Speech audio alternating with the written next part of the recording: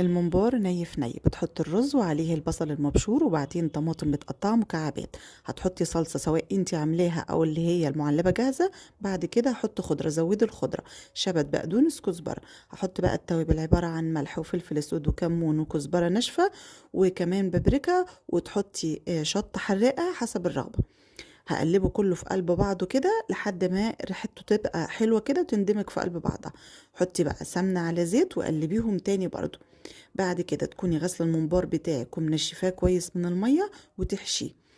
الصابع بتاعك ما يكونش ملان قوي، لازم يكون مبطط في ايدك كده بعد ما تحشيه رز.